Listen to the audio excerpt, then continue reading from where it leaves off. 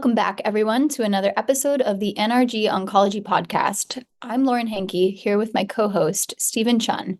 And today we are going to talk about perhaps one of the most important ways we gain knowledge from clinical research, aside from the primary endpoint of a clinical trial.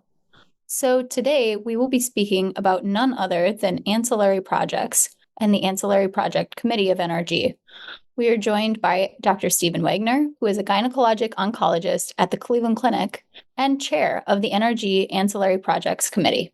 Many of us in NRG Oncology, like myself, had started off our NRG careers with ancillary analyses, also known as secondary analyses. This might be a really basic question, Dr. Waggoner, but what exactly is an ancillary project? And how do ancillary projects help us understand and answer key questions that it might not be feasible to answer, say, through a randomized clinical trial? Well, thanks for inviting me to speak about ancillary projects and our committee. I enjoy talking about the work that our committee does. We have an excellent team. I guess I'll start with answering a basic question on why does the Ancillary Project Committee exist? Simply, the National Cancer Institute, who funds NRG Oncology, encourages the use of ancillary data for hypothesis-driven research collected from completed studies. The Ancillary Project process is focused on analyzing data which has been collected in prior studies which have had their primary manuscript published.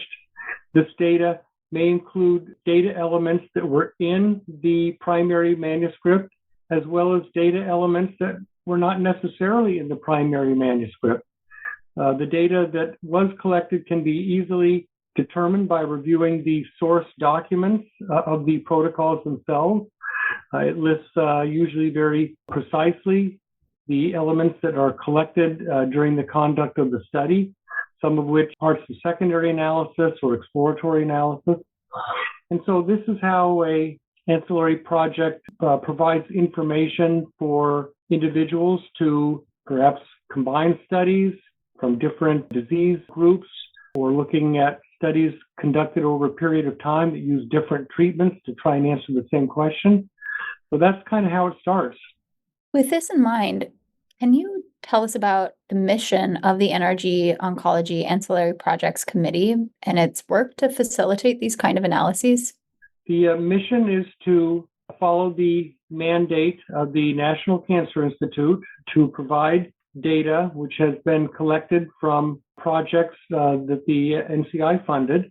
This data can be used either for ancillary projects, ancillary data projects, or kind of a side avenue of what is called shared data. And shared data projects differ from ancillary projects, and how they differ can easily be determined by looking at the Ancillary Data Project Committee's resources, where it lists a variety of important resource elements for applicants for both ancillary projects as well as shared data.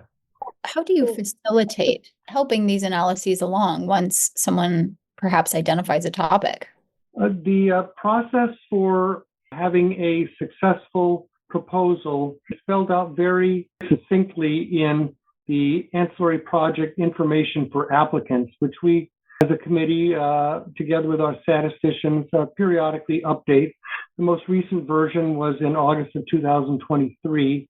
This describes the means of helping to avoid unnecessary time in putting together a proposal that is not going to be feasible, as well as describing the elements that will help a proposal to be reviewed through our committee's mechanism. For example, there is a relatively short application for an individual who has an idea for an ancillary project. It's just 2 or 3 pages, very easy to put together. It will ask, for example, what is your hypothesis that you're interested in? It will ask for the studies that you are requesting data from and when their primary manuscript was published. It'll give a short background information up to about 1,000 words on why you think that the data elements that were collected in these primary manuscripts can be used to arrive at an answer for the hypothesis you're interested in. Once the application has been completed, it is submitted to our committee. It undergoes first a quick review by our committee's administrator to see that the necessary elements, in fact, have been completed. If not, the proposal will be returned back to the person who submitted it with some comments on what may have been missing. Next step, if it looks like it was a complete proposal, is for it to go for statistical review. There are several statisticians in the NRG Oncology group that have a particular interest in reviewing ancillary project proposals. They know these manuscripts backwards and forwards. They know what was collected, what was not collected. They know whether they are collected on digital format or whether there are older studies that are on paper format. They understand whether the aims of the proposal will require an extensive amount of work or not a lot of work. So they will look through this and they basically will give a summary as to whether the project would be feasible or not. And there could be a variety of reasons why it may not be feasible, but if it looks feasible, then it is sent out for peer review.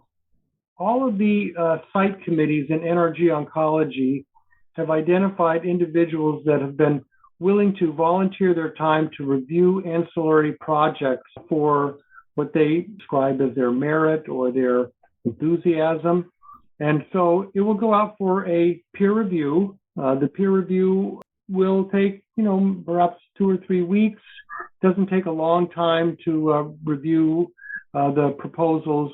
The peer reviewers do have the comments from the statisticians who have reviewed the proposal, and the peer reviewers will incorporate their comments. Does it seem feasible? Does the team have sufficient experience to conduct the research as proposed? And then they'll score it with a level of priority of low priority, medium priority, or high priority. This information then is forwarded in batch form with all the proposals for our meetings, which are handled quarterly. Unlike many of the meetings of NRG Oncology, we don't meet just twice a year. We have meetings in person twice a year, and then we have virtual visits twice a year as well. The proposals are then sent out to our members. We have 14 members on our committee, not including myself as chair and Dr. Bridget Kuntz as vice chair. The 14 members will review the proposals, and we will score them ourselves based upon clinical merit, scientific merit, enthusiasm, and we can also add our comments supporting our thoughts. Scores are then sent back to our administrator, Suzanne Baldwin, who is outstanding and obviously works far more than what she's probably compensated for, given the hours that she puts in. And Suzanne will then collate this information. And so when we have our meeting, we can see an average score for the proposals on scientific merit, enthusiasm, feasibility, and so on. And then as a team, we will look these over and we'll have a lively discussion. And some of the proposals will be endorsed for work through NRG Oncology, which includes statistical support and publication support. And some will be felt to be perhaps feasible, but of not of enough scientific interest that they should be used to have NRG resources devoted to them. So, on that note, just as we can't do a randomized clinical trial on every important question, I imagine, as you allude to, we don't have the resources to pursue every ancillary project either. What sets a good ancillary project proposal likely to be approved apart from one that's likely to be disapproved? And what % of these proposals does the committee ultimately end up approving? Okay, I think the second question is easiest. I would estimate that we approve approximately 30% of the proposals. Some meetings it might be as high as 50%, some meetings it may be less than 30%. but that's a pretty good, percent that are going to be approved, especially when you stack it up against someone putting in a concept to one of the disease sites. And if a proposal is not accepted with its initial submission, we give feedback to the reason why it was not approved. Sometimes it can be helped along with some of our comments that we provide. And so there are instances where someone will resubmit a proposal that perhaps was overly broad, not focused enough on an area that we think as a committee would be of most impact. And sometimes with adjustments and revisions, a proposal can then be accepted a second time around. But there, again, are some proposals where they're really, as written, and what they're looking at is just not going to merit the time and energy for NRG to proceed. And some examples of these would be looking, for example, at outcomes of treatments for a particular disease, looking at perhaps 4 or 5 studies that go back 20 years or so, and they're looking at, for example, a clinical factor in an individual and how well that correlates with outcomes. And what we find sometimes is that the treatments that were utilized in prior studies are no longer state of the art, or they're no longer a standard of care. And so any correlations with treatments that are no longer being utilized, that doesn't really add too much to the priority of a project. Sometimes a project has a very, very important hypothesis, but when you look at the actual events that occurred that they're wanting to study, even though it was through a large randomized trial, if the events that actually occurred are rather small, then the ability to detect a difference between different clinical characteristics or different treatments is extremely difficult. And our statisticians can usually elucidate this very well to the committee. And so sometimes it's possible to identify by looking at the data that was collected in the primary manuscripts, the outcomes of importance. And, sometimes the number of interesting outcomes are relatively small, and looking for important differences gets to be very, very difficult. That's really helpful to understand. And it sounds like really a good portion of these concepts ultimately do end up getting approved, which is wonderful.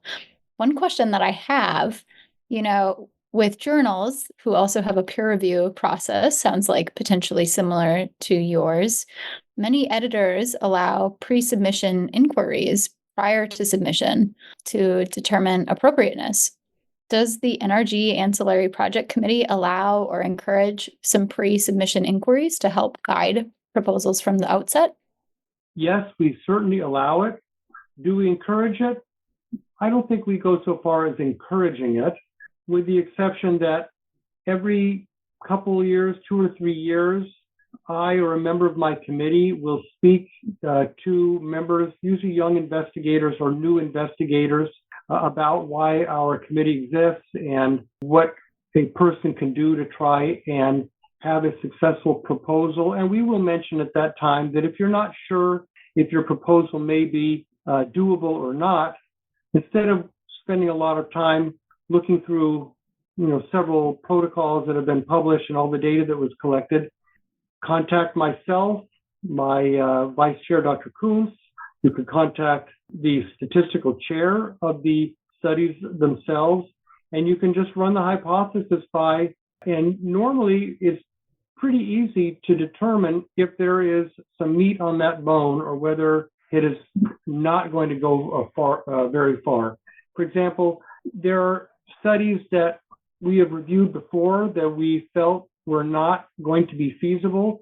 We don't list all of the ones that have been not approved by our group. We pretty much list all the ones that have been approved, because we don't want people submitting a proposal that's already been approved for which work is ongoing.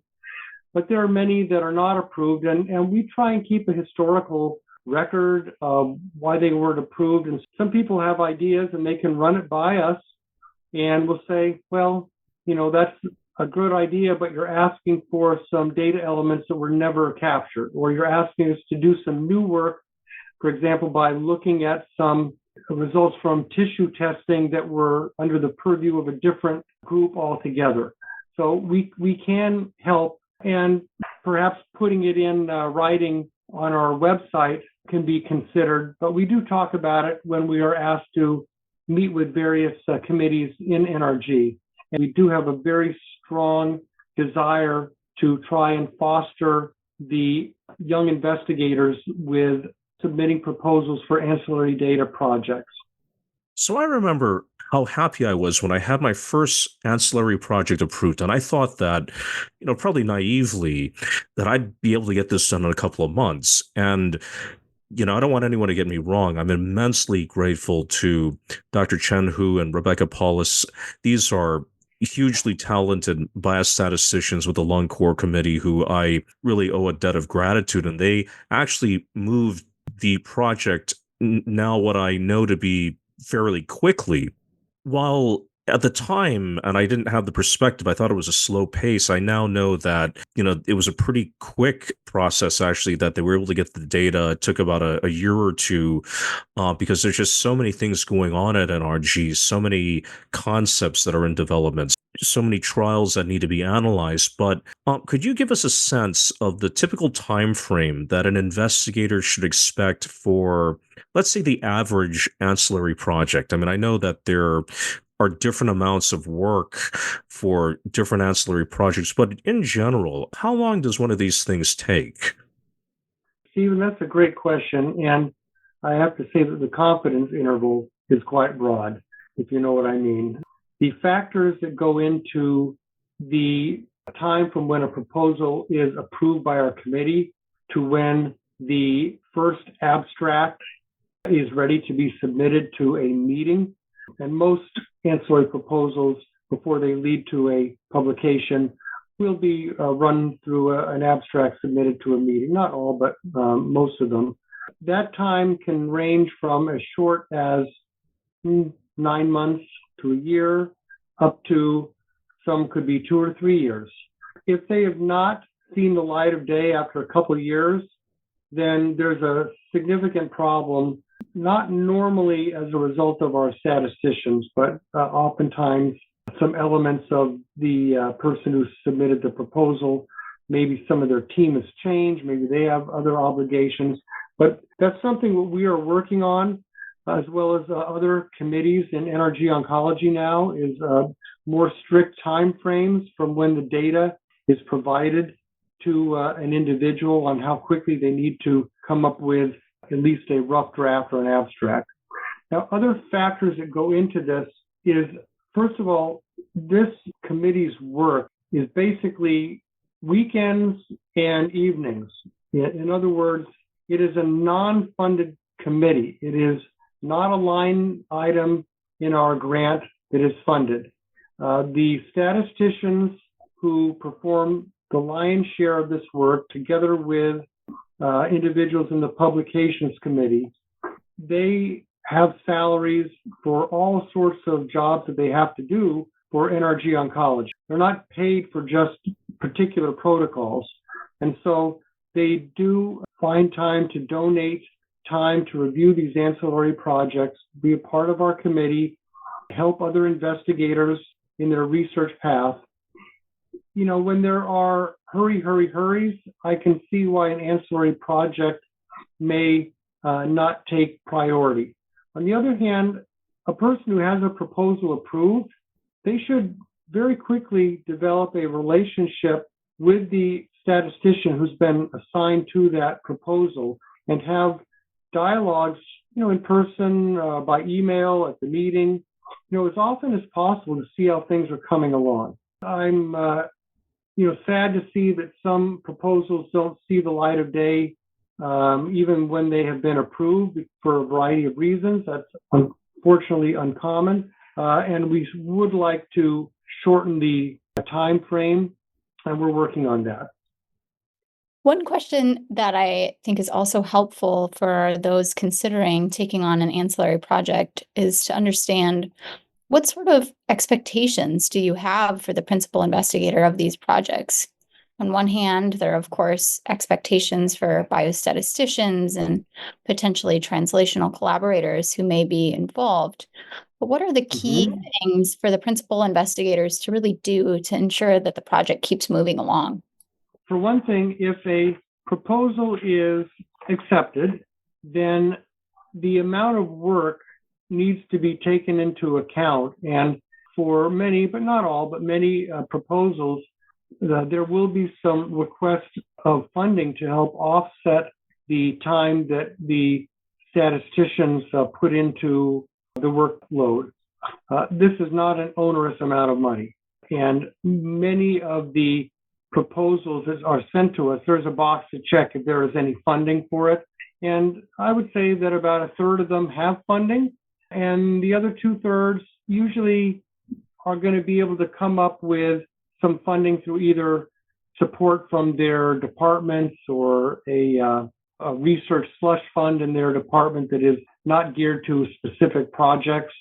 That is one obligation. If it's going to be approved and you're asked to pay for some time to de-identify, thousands of images that are collected from radiation oncology images, that takes time, and there's going to be a request for some funding for that. And if you can't do it, then it's probably not going to go forward.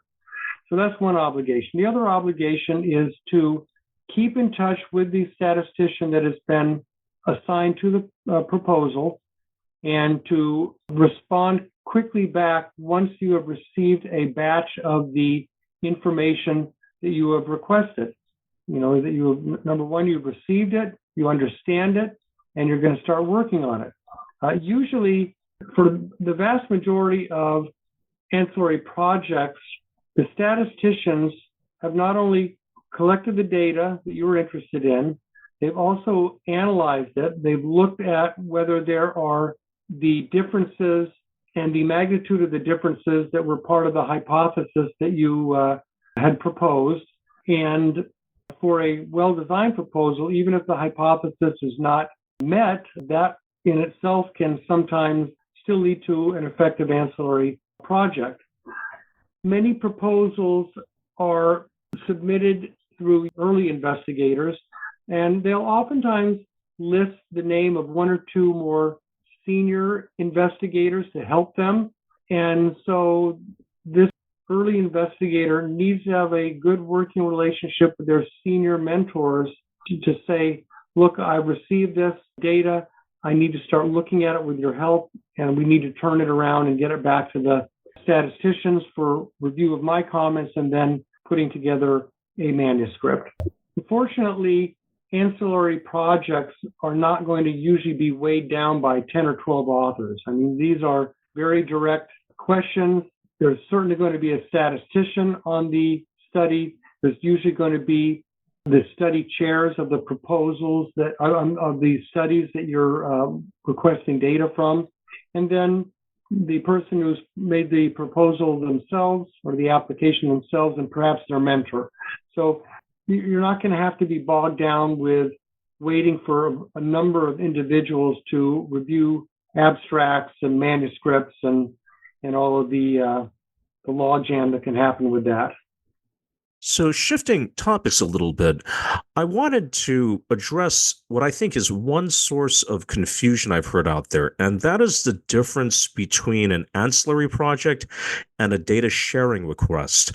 I'm wondering if you could just briefly talk about the difference between an ancillary project request and a data sharing request, and what might be the advantages or disadvantages of either approach. For those who are listening to the podcast that are interested in this, this is spelled out, not briefly, but it is spelled out in our resource area under our Ancillary Data Projects Committee. Everybody listening to this podcast hopefully knows how to get onto our NRG Oncology website. If you go to committees, you look down the bar, you'll see administrative committees. Ancillary projects is part of administrative committees. Click on that. That'll bring up the pictures of my vice chair, Bridget Kuntz, and myself. Below that, it lists our committee members, and then below that, there are a variety of resource documents. And one of the resource documents is called Data Sharing versus Ancillary Project Requests. And this is a very important distinction. The NCI is very, very much involved in the whole process of data sharing. Many of the data sharing requests that we receive are from organizations that are heavily involved in meta-analyses. And so they will work closely with our statistical office, and as part of meta-analysis, and NRG Oncology will get credit when they contribute data from studies that were done through NRG. Now, there are some big contrasts between an ancillary project and the data sharing projects. One important distinction is that data sharing can be made by any individual, including those who are not NRG Oncology members. Okay? Requests for ancillary projects can only be made by members of NRG Oncology. So that's one distinction. The other major distinction is that requests for data sharing can only involve data elements that have been published. Okay, so you cannot, if you want to do data sharing, you cannot submit a request for data elements that perhaps were involved in the study, maybe even collected in the study, but if they were not published, then they are not considered as appropriate for sharing as a data sharing policy. Ancillary projects, though, can involve a mixture of data, some which may or may not have been published. As long as it was collected and is available for us to analyze, then it's fair game for an ancillary project. Furthermore, the data sharing do not have to involve any support from NRG Oncology, particularly the statistical office. If you want to submit a request for a data sharing, and it includes data that was published in one or more trials, you can use your own statisticians. You don't even have to have any NRG representation on an abstract or a publication, although we do require that the abstracts or publications be submitted for NRG to review them and to hopefully, identify any glaring errors or inconsistencies. We cannot insist that we have our names on those projects. Sometimes there will be representation from NRG Oncology, but it doesn't have to occur. So those are the main differences that I see. And I think most individuals in NRG Oncology, if they have an idea, they would be best suited to submitting it as an ancillary project request as opposed to a data sharing request. This is really helpful and illuminating, I think, for those of us who might consider pursuing an ancillary project. One last question I wanted to ask is, what are the general goals and expectations in the Ancillary Project Committee in terms of plans for the future? Any sense of how ancillary projects at NRG Oncology compare to other cooperative groups? I am not sure about how the other 3 adult cooperative groups go about their ancillary project work, but our committee and its members are very proud of the work that we do. I think that the leadership of NRG Oncology sees it as a valuable resource for its members, as well as the scientific community, as well as our public who we serve.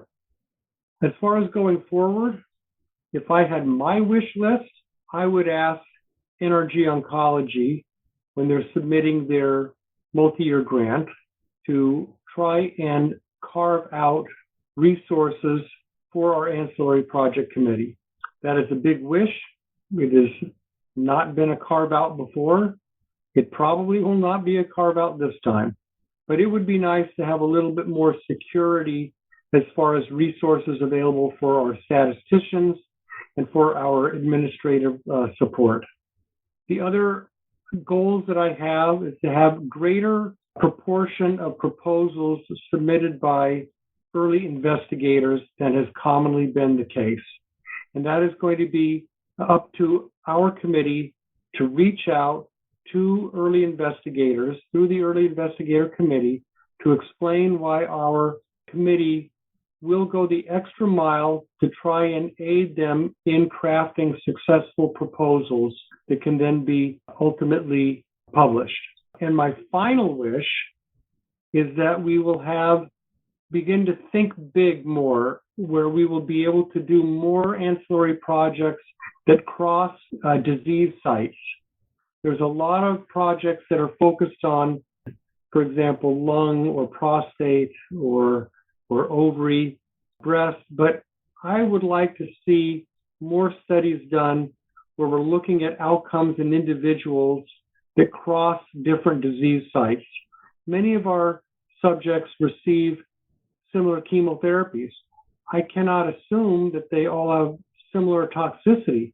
I cannot assume that the emotional or physical tolls are the same. I think we could do a better job at looking at cross-site ancillary projects, and I'm hoping that will occur. I just want to thank you again so much for joining us today and your work to support ancillary projects with NRG Oncology. The NRG Oncology Group is supported by grant funding from the National Institutes of Health, and content of this podcast does not necessarily reflect that of the National Institutes of Health. Thanks for tuning in, and happy clinical trials.